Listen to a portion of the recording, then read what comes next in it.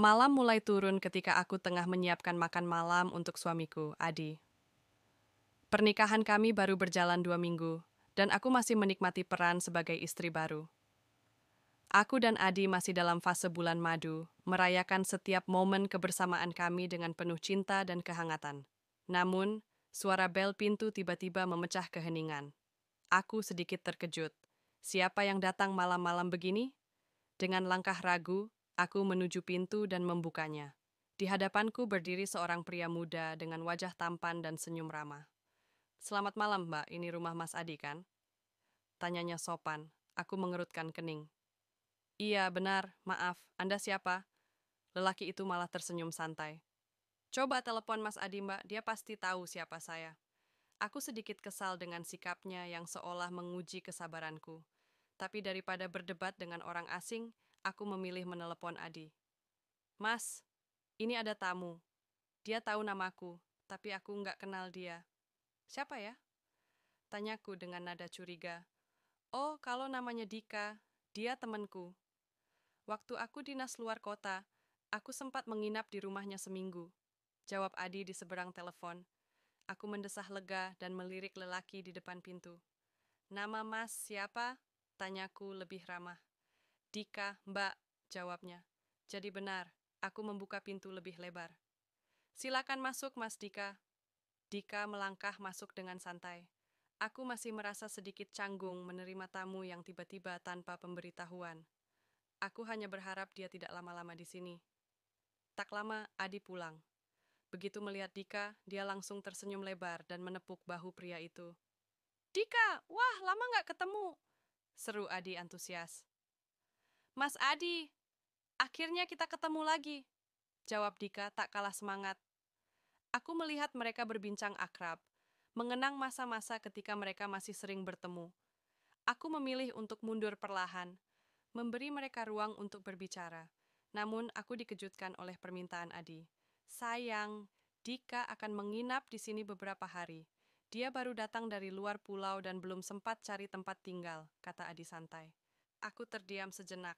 Aku dan Adi baru menikah, masih menikmati kebersamaan sebagai pengantin baru, dan sekarang kami harus berbagi rumah dengan orang lain? "Oh, ya, baiklah," jawabku akhirnya, mencoba menerima keputusan Adi. Malam itu, aku lebih banyak diam. Aku tahu Adi senang bertemu temannya, tapi aku tak bisa mengabaikan rasa kecewaku. Ini bukan yang aku harapkan di minggu-minggu awal pernikahan kami. Ketika Adi masuk ke kamar, aku mengikutinya dan menutup pintu. "Mas, kok nggak bilang dulu kalau ada tamu yang mau menginap?" Tanyaku pelan. Adi tersenyum dan merangkulku. "Maaf sayang, aku juga baru tahu tadi sore. Dika orang baik kok, dia nggak akan ganggu kita." Aku menghela napas. Mungkin aku yang terlalu sensitif. Tapi tetap saja, rasanya aneh harus berbagi rumah dengan orang lain dalam situasi seperti ini. Di luar kamar, aku mendengar suara Dika berbicara di ruang tamu. Aku tidak tahu kenapa, tapi ada sesuatu dalam nada suaranya yang membuatku penasaran. Aku tidak mau berprasangka buruk, tapi aku juga tidak bisa mengabaikan perasaan ini. Malam pertama Dika menginap di rumah kami berlalu tanpa masalah. Namun, aku merasa ada sesuatu yang akan berubah dalam kehidupanku. Aku hanya belum tahu apa. Pagi itu, aku bangun lebih awal dari biasanya. Rasanya ada kegelisahan yang mengganggu tidurku sejak kedatangan Dika. Bukan karena dia berbuat sesuatu yang mencurigakan, hanya saja kehadirannya mengubah ritme rumah tanggaku dengan Adi. Saat aku keluar dari kamar, aku melihat Dika sudah duduk di ruang tamu, mengenakan kaos putih dan celana pendek. Dia tampak santai, menikmati secangkir kopi yang entah kapan ia buat sendiri. "Selamat pagi, Mbak," sapanya sambil tersenyum. Aku sedikit terkejut melihatnya sudah bangun sepagi ini. "Pagi, Mas Dika. Mas Adi masih tidur?" Tanyaku sambil melangkah ke dapur. Dika tertawa kecil. "Iya, dia memang suka tidur lebih lama kalau hari libur." Aku hanya mengangguk dan mulai menyiapkan sarapan. Tak lama, Dika tiba-tiba berdiri di belakangku, memperhatikanku memasak. "Harum banget, Mbak. Masakan Mbak pasti enak," ujarnya. Aku hanya tersenyum tipis tanpa menjawab. Aku tidak nyaman dengan pujian itu, entah kenapa. Setelah sarapan bersama, Adi mengajakku berbicara di kamar. Sayang, aku ada urusan mendadak di luar kota. Mungkin 3 hari, katanya. Aku menatapnya dengan kaget. 3 hari? Kok mendadak banget, Mas? Adi mengusap bahuku, mencoba menenangkanku. Maaf sayang, ini pekerjaan. Kamu nggak apa-apakan sendiri di rumah? Aku melirik keluar, di mana Dika masih duduk santai di sofa. Aku tidak sendiri di rumah. Tapi justru itu yang membuatku sedikit gelisah. Adi berangkat siang itu juga, meninggalkanku hanya berdua dengan Dika. Aku mencoba tetap sibuk, membereskan rumah, mencuci pakaian, dan memasak. Namun, ada sesuatu yang mengganggu pikiranku setiap kali aku menyadari kehadiran Dika di dekatku. Siang itu, saat aku menyapu teras, Dika keluar dan bersandar di pintu. Mbak, sendirian terus di rumah pasti bosan ya? Tanyanya santai. Aku tersenyum kecil. Biasa aja sih. Lagi pula, aku punya banyak hal yang bisa dikerjakan. Dika mengangguk pelan. Mas Adi sering dinas luar kota ya? Aku mengangguk. Iya, kadang bisa beberapa hari. Dika tersenyum lalu menatapku dalam. Aku merasa sedikit canggung dengan tatapan itu, seolah dia ingin mengatakan sesuatu yang lebih dari sekadar basa-basi. Mbak, aku boleh jujur? Aku terdiam sejenak, lalu mengangguk pelan. Mas Adi beruntung banget punya istri kayak Mbak, katanya dengan suara lembut. Aku tersentak, itu hanya sebuah pujian, tapi ada sesuatu dalam caranya mengatakannya yang membuat dadaku berdebar tak nyaman. Aku buru-buru mengalihkan pandangan dan berpura-pura sibuk dengan sapu di tanganku. Ah, Mas Dika bisa aja. Saya biasa aja kok. Jawabku singkat. Dika tertawa pelan. Tapi tetap saja, kalau aku jadi Mas Adi, aku pasti nggak akan sering pergi jauh ninggalin istri sebaik Mbak. Aku merasa wajahku memanas. Aku tidak tahu harus menjawab apa. Rasanya tidak seharusnya aku mendengar kata-kata itu. Sejak saat itu, suasana menjadi semakin aneh. Dika tetap bersikap ramah dan sopan, tapi aku merasa dia mengamatiku lebih sering dari sebelumnya. Aku berusaha menjaga jarak, tapi tidak bisa menghindarinya sepenuhnya. Hingga malam tiba. Saat aku sedang mencuci piring di dapur, aku mendengar langkah kaki mendekat. Aku tidak perlu menoleh untuk tahu bahwa itu Dika. Mbak, aku boleh bantu? Tanyanya. Aku tersenyum kecil tanpa menoleh. Nggak usah, Mas. Saya sudah hampir selesai. Tapi Dika tetap berdiri di dekatku. Aku bisa merasakan kehadirannya begitu dekat. Aku berusaha tetap fokus pada pekerjaanku, tapi tangan-tanganku tiba-tiba terasa gemetar. Lama-lama aku jadi iri sama Mas Adi, gumamnya pelan. Aku berhenti mencuci dan menatapnya. Mas Dika, maksudnya? Tanyaku dengan hati-hati. Dika tersenyum tipis. Enggak, aku cuma berpikir, kalau aku di posisi Mas Adi, mungkin aku nggak akan pergi jauh-jauh. Aku menelan ludah. Ini sudah melewati batas. Aku tahu aku harus menjaga jarak lebih jauh lagi. Mas Dika, saya harap Mas nggak salah paham. Saya istri Mas Adi dan saya menghormati pernikahan saya. Ucapku dengan suara tegas. Dika mengangkat tangan. Maaf Mbak, aku nggak bermaksud apa-apa. Aku cuma mengagumi, itu saja. Aku menatapnya dalam sebelum akhirnya berbalik dan melanjutkan pekerjaanku. Tapi aku tahu, malam itu sesuatu telah berubah, dan aku harus berhati-hati. Malam itu, setelah percakapan di dapur, aku mengunci diri di kamar. Aku butuh menenangkan diri, menjernihkan pikiran, dan menjaga batasan yang seharusnya tetap teguh. Dika adalah adik sepupuku, seorang pria yang seharusnya aku anggap seperti keluarga, bukan seseorang yang membuat dadaku berdebar dengan cara yang salah. Namun, aku tidak bisa membohongi diri sendiri. Aku sadar ada sesuatu dalam cara Dika menatapku, dalam nada bicaranya, dalam keberadaannya yang begitu dekat.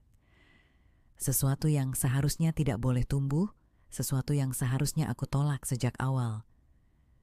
Aku mencoba tidur, tapi bayangan percakapan kami di dapur terus berputar di kepalaku. Aku memejamkan mata erat-erat, berharap pagi segera datang dan semua ini hanya menjadi kesalahpahaman yang berlalu begitu saja. Tetapi, takdir berkata lain. Keesokan harinya, hujan turun sejak pagi. Gerimis yang konstan membuat udara menjadi dingin, menciptakan suasana yang ganjil di dalam rumah. Dika masih ada di sini dan Adi belum memberi kabar kapan dia pulang. Aku mencoba menghindari Dika sebisa mungkin, tapi rumah ini terlalu kecil untuk benar-benar menjauh. Siang itu, saat aku duduk di ruang tamu dengan secangkir teh hangat, Dika tiba-tiba muncul dari kamar tamu. "Sendiri aja, Mbak?" tanyanya sambil berjalan mendekat. Aku hanya mengangguk tanpa menatapnya. "Iya, aku lagi istirahat sebentar." Dika duduk di sofa, hanya beberapa langkah dariku. Aku bisa merasakan tatapannya, tapi aku berusaha tetap fokus pada cangkir di tanganku, hening. Lalu, suara hujan di luar semakin deras. Aku merapatkan selimut yang menutupi kakiku, mencoba mencari kenyamanan dalam dinginnya udara. "Aku nggak tahu kenapa, Mbak, tapi aku merasa nyaman di sini," ucap Dika tiba-tiba. Aku terdiam. Aku tahu seharusnya aku nggak bicara seperti ini, tapi sejak pertama kali melihat Mbak, aku merasa ada sesuatu yang berbeda, bukan sekadar kekaguman biasa. Lanjutnya, "Dika," aku memperingatkan, suaraku bergetar. "Aku tahu ini salah. Aku tahu Mbak adalah istri Mas Adi," katanya dengan nada lirih. "Tapi aku nggak bisa mengabaikan perasaan ini. Setiap kali aku melihat Mbak, aku merasa ingin lebih dekat." Jantungku berdebar kencang. Aku harus menghentikannya. Aku harus menghentikan ini sebelum semuanya terlambat. Aku berdiri, mencoba menenangkan diriku sendiri. "Dika, tolong, jangan lanjutkan," kataku dengan suara gemetar. Dika ikut berdiri, matanya penuh dengan sesuatu yang sulit aku baca. Aku nggak minta Mbak membalas perasaan ini. Aku cuma ingin Mbak tahu. Aku menggigit bibir. Ada bagian dari diriku yang ingin marah, ingin mengusirnya saat itu juga. Tapi ada bagian lain. Bagian yang lebih lemah, yang membuatku terdiam di tempat. "Lupakan ini, Dika," kataku akhirnya. "Lupakan semuanya." Dika menatapku lama, sebelum akhirnya mengangguk. "Baik, Mbak, maaf." Dia melangkah pergi menuju kamarnya, meninggalkanku dengan perasaan campur aduk yang sulit aku kendalikan. Malamnya, hujan masih belum reda. Aku mengunci diri di kamar, berusaha fokus pada buku yang kubaca, tapi pikiranku terus berkelana. Lalu, ada ketukan pelan di pintu kamarku. Jantungku berdegup lebih kencang. Aku tahu siapa yang ada di balik pintu itu. Aku seharusnya tidak membukanya. Aku seharusnya berpura-pura tidur, tapi tanpa sadar tanganku bergerak sendiri. Saat aku membuka pintu, Dika berdiri di sana dengan ekspresi yang tidak bisa aku artikan. "Mbak," suaranya pelan, nyaris berbisik. Aku harus menghentikan ini. Aku harus menutup pintu sekarang juga, tapi tubuhku seakan membeku. "Lupakan Dika," ulangku dengan suara bergetar. "Lupakan semuanya." Namun, yang terjadi berikutnya adalah sesuatu yang tidak pernah aku duga. Dika tidak berkata apa-apa. Dia hanya menatapku, matanya penuh dengan perasaan yang sudah tidak bisa ia sembunyikan. Aku bisa merasakan gravitasi aneh menarik kami lebih dekat, sesuatu yang seharusnya tidak boleh ada di antara kami. Aku merasakan jantungku berdetak semakin cepat, dan sebelum aku bisa menghentikannya, Dika mengangkat tangannya, jemarinya menyentuh pipiku dengan lembut. Aku terdiam. Aku seharusnya menolak. Aku seharusnya mundur selangkah. Tapi aku tidak bergerak. Saat itu, suara dering ponsel memecah keheningan. Aku tersentak, mundur selangkah dengan napas tersengal. Dika langsung menurunkan tangannya, ekspresinya berubah. Dengan tangan gemetar, aku meraih ponsel yang ada di meja. Nama Adi tertera di layar. Aku menelan ludah, lalu mengangkat telepon. "Halo, sayang." Suara Adi terdengar dari seberang. Aku menutup mata erat-erat, mencoba menstabilkan napasku. "Iya, Mas. Aku sudah dalam perjalanan pulang. Mungkin 1 jam lagi sampai." Aku merasakan tubuhku melemah seketika. "Baik, Mas. Aku tunggu. Jawabku dengan suara yang hampir tidak terdengar. Setelah menutup telepon, aku menoleh ke Dika.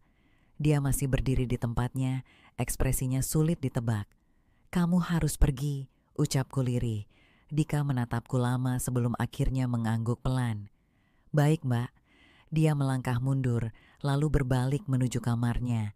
Aku mengunci pintu kamar, lalu bersandar di belakangnya. Napasku masih belum teratur. Apa yang baru saja terjadi? Aku hampir saja. Aku tidak boleh membiarkan ini terulang lagi. Aku tidak boleh jatuh dalam godaan ini.